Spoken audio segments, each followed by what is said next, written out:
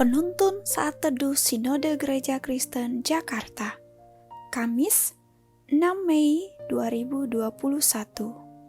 Judul renungan, Roh Kudus Mengubahkan. Nats Alkitab terambil di dalam kitab Roma pasal 8 ayat 13.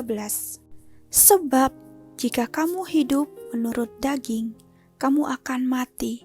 Tetapi jika oleh roh kamu mematikan perbuatan-perbuatan tubuhmu, kamu akan hidup.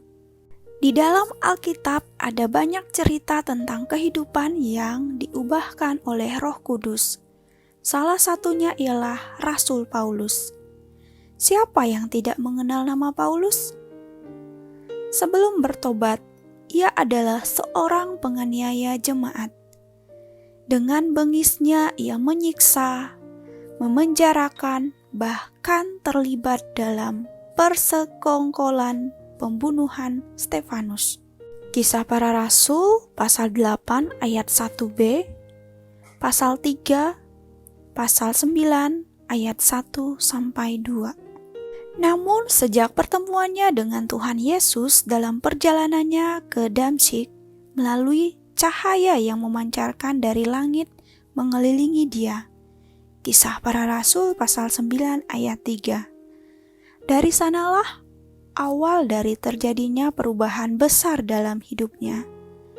Dari seorang pembunuh menjadi seorang yang tulus hati dan siap teraniaya dalam menyuarakan kebenaran firman Tuhan. Dalam Roma pasal 8 ayat 13 dikatakan bahwa siapa yang hidup menurut daging akan mati, tetapi jika oleh roh kamu mematikan perbuatan-perbuatan tubuhmu, kamu akan hidup. Mengapa orang yang hidup menurut daging akan mati? Karena perbuatan daging merupakan perseteruan terhadap Allah. Tidak takluk pada hukum Allah, sehingga mereka yang hidup dalam daging tidak mungkin berkenan kepada Allah. Tetapi mereka yang hidup oleh roh akan memiliki damai sejahtera. Hidupnya terus mengalami perubahan menuju keserupaan dengan Kristus. Coba perhatikan perubahan hidup murid-murid Tuhan Yesus antara sebelum dan sesudah Roh Kudus dicurahkan. Sikap para murid berubah dari sikap mementingkan diri sendiri menjadi sikap rela menanggung resiko. Bahkan rela mati demi Injil Kristus diberitakan, iman dipertahankan. Pada saat sekarang ini, salah satu hal yang paling menakutkan bagi kita ialah melihat gereja berubah menjadi rutinitas yang amat sibuk, namun tidak menghasilkan perubahan hidup.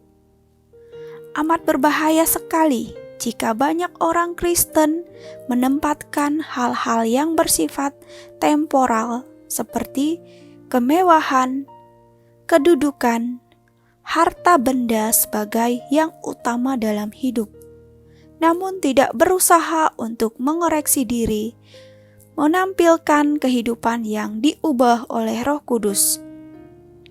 Marilah kita serahkan hidup ke dalam tuntunan Roh Kudus, agar kita dapat merasakan kehidupan yang diubahkan olehnya, sehingga dari dalam hidup kita terpancar rupa Kristus yang memberkati orang-orang di sekitar kita. Tidak akan pernah terjadi perubahan hidup tanpa ketundukan pada Roh Kudus. Amin. Tuhan Yesus memberkati.